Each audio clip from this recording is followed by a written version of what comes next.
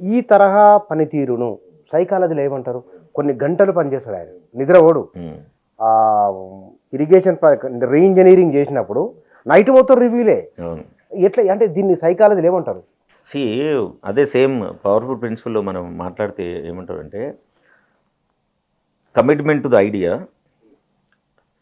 And give your blood and flesh అని అంటాం. ఓ అంటే ఒక ఐడియాని తీసుకొని దానికి నీ మాంసాన్ని రక్తాన్ని మొత్తం ఇచ్చేసి ఆటోమేటిక్గా ఆ వర్కే నిన్ను ఎలివేట్ చేస్తుంది. ఉమ్, అండ్ లీడర్షిప్ ప్రిన్సిపల్లో కూడా అంతే. ఏంటంటే లీడర్షిప్ అనేవాడు లీడర్షిప్లో ఉన్నవాడు లీడర్ అనేవాడు ఎట్లుంటాడంటే యాక్సెప్ట్ ద బిగ్ ప్రాబ్లమ్. ఆ ప్రాబ్లమ్ సాల్వ్ చేసే ప్రాసెస్లో నువ్వు కూడా బిగ్ అయిపోతావని. ఉమ్, సో కాళేశ్వరం ప్రాజెక్ట్ ఇచ్చినప్పుడు కూడా రైట్ టైంలో ఇంత టైంలోనే మనం డెఫినెట్గా దాన్ని ఫినిష్ చేయాలని అనుకున్నప్పుడు న్యాచురల్గా చాలా గంటలు మనం ఇన్వెస్ట్ చేయాల్సి వస్తుంది. ఎంతోమందితో చర్చించాల్సి వస్తుంది. డబ్బును దానికి మళ్లించాల్సి వస్తుంది. ఆ, అందరితో కోఆర్డినేట్ చేయాల్సి వస్తుంది. మామూలు క్వాలిటీ కాదు. చూడాల్సి వస్తుంది. అండ్ దట్టు అది తెలంగాణకే చాలా ప్రెస్టీజియస్ అండ్ బిగ్గెస్ట్ ప్రాజెక్ట్ అయిపోవడం వలన సో ఈ has definitely given more amount of energy and time.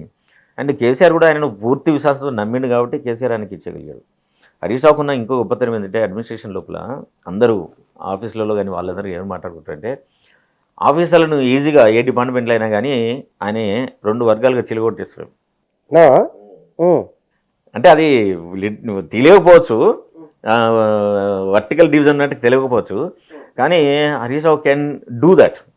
వాళ్ళకి తెలియకుండా వాళ్ళకి తెలియకుండా చేసి ఒక సెక్షన్ ఆఫ్ ద పీపుల్ ఎవరు బాగా తను అనుకున్న పనిని చేయగలుగుతారు, ఎవరు నేను ఐడియా ఇస్తే దాన్ని ముందుకు తీసుకెళ్ళగలుగుతారు, ఎవరికి ఏ ఏరియాలో ఎఫిషియన్సీ ఉంది, అది మనీని మొబిలైజ్ చేసే వాళ్ళు ఉంటారా, లేకుంటే వర్క్ ఫోర్స్ని మొబిలైజ్ చేసే వాళ్ళు ఉంటారా, లేకుంటే ఎగ్జిక్యూషన్లో బాగా చేస్తారా, లేకుంటే అడ్మినిస్ట్రేషన్ బాగా చేస్తారా అనే విషయాలను ఈజీగా కనిపెట్టగలిగే తెలివితేటలు హరీష్ రావుకు ఉంది. కాబట్టి ఎక్కడ ఏ అడ్మినిస్ట్రేషన్కి వెళ్ళినా సరే దాన్ని ఈజీగా వాళ్ళని ఐడెంటిఫై చేసి ఆ పని చేసే వాళ్ళ నుంచి ఏమైనా మిస్టేక్స్ అయినా కూడా అయితే ఎప్పుడో ఒకసారి హార్ష్ చెప్పిన సంఘటనలు ఉండొచ్చు, కానీ ఇప్పుడు చాలా తెలివిగా వాళ్ళను తప్పించి పనిని వాళ్ళ నుంచి దూరం చేసి వేరే అవసరమైన వాళ్ళను ఇన్స్టాల్ చేయగలిగే ఎబిలిటీ కూడా హరీష్ రావుకు చాలా విన్నత పెట్టిన విద్య అని అంటారు. సో దట్ ఈస్ అంటే ఇన్ ఎవ్రీ ఆస్పెక్ట్.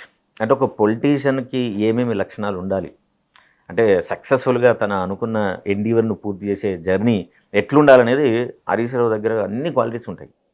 ఒకటి కాన్స్టిట్యున్సీ తోటే తన జీవితం నడుస్తుంది. నువ్వు ఎంత పెద్ద మినిస్టర్ కానీ లేదు ప్రైమ్ మినిస్టర్ అయినా సరే కాన్స్టిట్యున్సీని గెలిపిస్తేనే నువ్వు అక్కడ పోయి నిలబడతావు.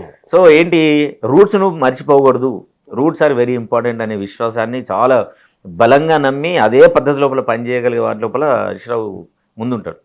అందులో ఒక ఎమ్మెల్యే అయినప్పటి నుంచి కూడా మనకు ఆఫీస్ ఉండడం, ఆఫీస్లో ప్రతి వార్డుకు సంబంధించి ప్రతి ఊరికి సంబంధించి ఏమేమి అవసరాలు ఉన్నాయనే సంగతి తెలుసుకోవడం, ఎవరైనా వెళ్తే వాళ్ళకి ఆ ఊరికి సంబంధించిన డేటాను ఫీడ్ చేసి ఆ వ్యక్తికి ఎన్నిసార్లు హెల్ప్ జరిగింది, ఏమి హెల్ప్ జరిగింది, ఆ ఊరికి ఏం జరిగిందో వ్యక్తుల వారిగా సో మొత్తం డేటా ఉంటుంది ఆయన దగ్గర.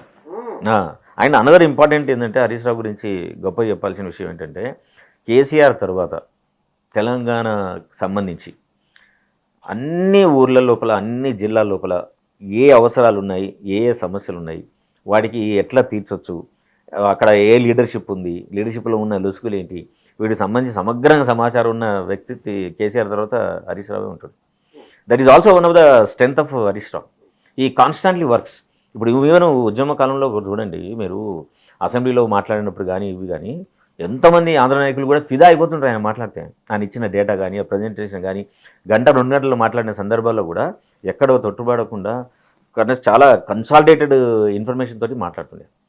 ఎట్లా మాట్లాడగలుగుతాడు, అంత డేటా ఎట్లా వస్తుంది, ఒక పొలిటీషియన్కి అంత టైం ఎట్లా మిగులుతుంది అంటే that is also is strength. ఏంటి ఎవరు దీనికి సంబంధించిన ఇన్ఫర్మేషన్ ఇవ్వగలడో వాళ్ళని ట్రాక్ చేసి ఆఫీసర్లు రిటైర్ అయ్యే వాళ్ళను కనుక్కొని వాళ్ళ నుంచి డేటా తెప్పించుకొని వాళ్ళతో డిస్కస్ చేసి దాన్ని ఇంటర్నలైజ్ చేసుకొని అప్పుడు దాన్ని డెలివరీ చేస్తాడు ఆయన క్లాస్లో, అది అసెంబ్లీలో కానీ బయట కానీ. ఓకే, సో ఇంత ఎఫర్ట్ పెట్టాలంటే మనిషికి ఎంత కమిట్మెంట్ ఉండాలా, ఎంత గ్రాస్పింగ్ పవర్ ఉండాలా, ఎంత ప్యాషనేట్గా ఎంత సీరియస్నెస్ ఉంటే తప్ప మనిషి అన్ని రంగాలకు సంబంధించిన ఇన్ఫర్మేషన్ తీసుకొని అన్ని జిల్లాలకు సంబంధించిన ఇన్ఫర్మేషన్ తీసుకొని ఎప్పుడు అవసరమైతే అప్పుడు అక్కడ ఉన్న లీడర్షిప్ క్రైసిస్ని కూడా హ్యాండిల్ చేయాలంటే ఏ అవసరాలను మనం తీర్చాలి, ఏ కైండ్ ఆఫ్ సపోర్ట్ సిస్టమ్ ఇస్తే అక్కడ ఉన్న సమస్యలు సాల్వ్ అవుతాయి అనే ఆలోచన ఉంటే తప్ప ఇవన్నీ ఎవరికి సాధ్యం కాదు. సో అట్లాంటి ఎబిలిటీస్ తోటి హరీష్ రావు తాను షేపప్ చేసుకున్నాడు.